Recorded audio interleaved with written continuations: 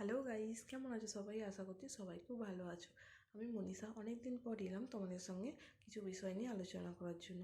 আর আশা করছি টাইটেল আর থাম্বনেল থেকে বুঝতে পারছো যে আমি কোন বিষয় নিয়ে তোমাদের সঙ্গে আলোচনা করব। ঠিক আছে, এখন আমার বাচ্চার বয়স হলো 1.5 বছর। আমি আমার ছেলে বাচ্চা হওয়ার জন্য যে যে সিমটমসগুলো আমার মধ্যে দেখা দিয়েছিল সেই সব বিষয় নিয়ে তোমাদের সঙ্গে আমি আলোচনা করব। আমার বেবি হলো ছেলে। হ্যাঁ, আমার শরীরের মধ্যে যে যে বিষয়গুলো আমি পরিবর্তনগুলো দেখতে পেয়েছিলাম যে ছেলে বাচ্চা হওয়ার জন্য, সেই বিষয়গুলো নিয়ে তোমাদের সঙ্গে আমি আলোচনা করব। ঠিক আছে, আমার ক্ষেত্রে হয়েছে বলে যে তোমাদের ক্ষেত্রেও হবে তেমনটা নয়, তবে যে আমার অভিজ্ঞতায় যেগুলো আমি দেখেছি সেই সব বিষয়গুলোই আমি আলোচনা করতে এসেছি আজকে। ছেলে বাচ্চা হওয়ার জন্য মূলত যে যে বিষয়গুলো আমার মধ্যে দেখা গিয়েছিল সেইগুলো আমি তোমাদের সঙ্গে আলোচনা করব। প্রথমত, যখন আমি জানতে পারি আমার 1.5 মাসের মাথা থেকে আমার বমি স্টার্টিং হয়। একবারে 9 মাস পর্যন্ত আমি বমি করেছি, কিন্তু যে বমিটা আমি সকালের দিকে বেশি হতো না, আমার দুপুরের পর থেকে রাতের দিকটায় বেশি বমি করতাম আমি। ঠিক আছে, যাই খেতাম তাই উঠে যেত। আর দ্বিতীয়ত, আমি মাছ মাংস ডিম এগুলো কিছুই খেতে পারতাম না, কারণ সবেতে গন্ধ লাগতো সব খাবারে। আমি একদমই নিরামিষ খেতাম, নিরামিষ। শুধুমাত্র স্বাদ হয়ে যাওয়ার পর আমি মাংস খেয়েছি। তার আগে আমি কোনো মাংস জাতীয় জিনিস বা আমিষ আমার একদম সহ্য হতো না, প্রচুর গন্ধ লাগতো। আর তৃতীয়ত হলো আরেকটা জিনিস, যেটা নাভি তো প্রথমে বোঝা যায় না, 5-6 মাস 6 মাসের সময় আমার নাভি থেকে অনেকেই বলেছিল যে আমার ছেলে হবে।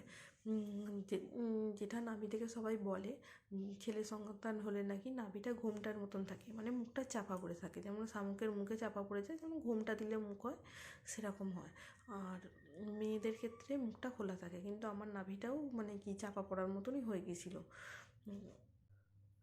আর 4 নম্বর হলো, আমার বাচ্চা বাঁ দিকেই বেশি নড়তো, কিন্তু আমি আমার বাচ্চা নড়াচড়া বেশি অনুভব করতে পারতাম, যে সবসময় নড়ছে এরকম আমার মনে হতো না। অনেকক্ষণ পর পর নড়া, মানে খুব কমই নড়তো। আর দ্বিতীয়ত, আরেকটা ব্যাপার হলো, আমি আমার বাচ্চার নড়াচড়া বুঝতে পেরেছি 5 মাসের পর, অনেক দেরিতে। সাধারণত যাদের প্রথম মা হয় তারা একটু দেরিতেই নাড়াচাড়া বুঝতে পারে, তো আমিও পেরেছি, কিন্তু অনেকটা দেরিতেই বুঝতে পেরেছি। পাঁচ পাঁচ নম্বর হলো 5 নম্বর লক্ষণ, মানে 6 মাস 7 মাসের পর থেকে না আমার স্কিনটা জল জল করতো, মানে গ্লেজ বেড়ে গেছে যেন।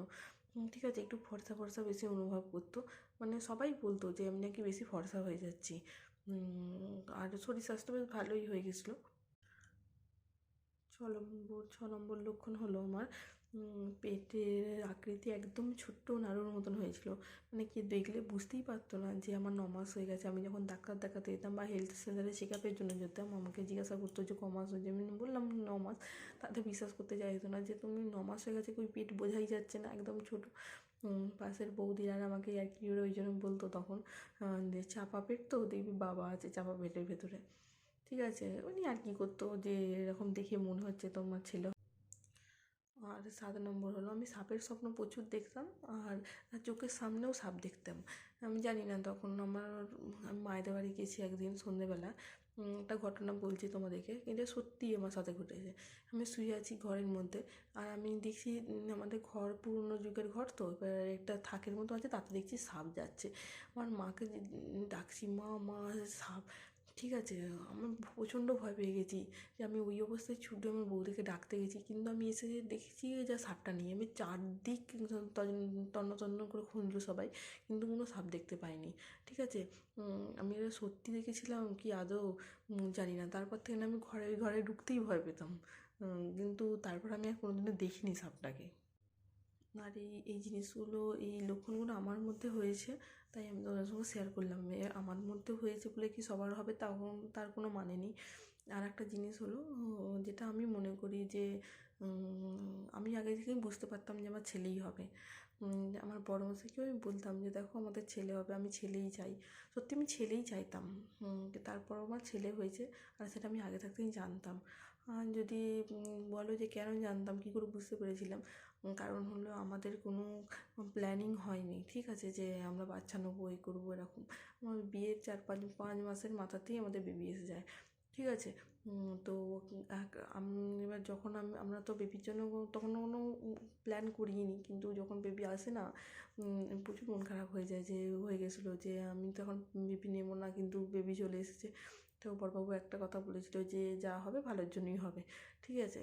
এবার আমি তখন মনে মনেই ভেবেছি যে আমরা তো বেবি চাইনি, কিন্তু ভগবান যখন যেটা দিচ্ছে সেটা ভালোর জন্যই দেবে, ঠিক আছে। আমি মনে মনে সত্যি আমি চাইতাম, তো আমি চাইতাম যে আমি যখন ভগবানের কাছে অনেক কিছু জিনিস চেয়ে পাইনি, যখন আমি কিছু চাইনি, তখন ভগবান যখন দিচ্ছে এখন আমার ছেলেই হবে।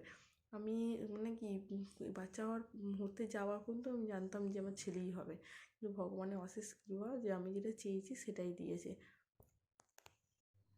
আর আমার সন্তানকে পৃথিবীতে আনার জন্য অনেক লড়াই করতে হয়েছে, ঠিক আছে। অনেক অনেক বাচ্চারা 38 সপ্তাহে হয়ে যাচ্ছে, 37 সপ্তাহে, 40 সপ্তাহে, কিন্তু আমার বেবি হয়েছে 41 সপ্তাহে, ঠিক আছে। আমি নর্মাল ডেলিভারির জন্য অপেক্ষা করে করে আমাকে সিজার করতে হয়েছে। মানে ও ম্যাচিওর বেবি হয়েছে 41 সপ্তাহে একদম। তো ওর ওজন 3 কেজি 200 হয়েছিল। এবার তোমরা যদি জানতে চাও যে কেন অ্যাকচুয়ালি এত দেরি করে নর্মাল ডেলিভারি না হয়ে সিজার হলো, তো আমাকে কমেন্ট করো, আমি ঠিক বলবো তোমাদেরকে।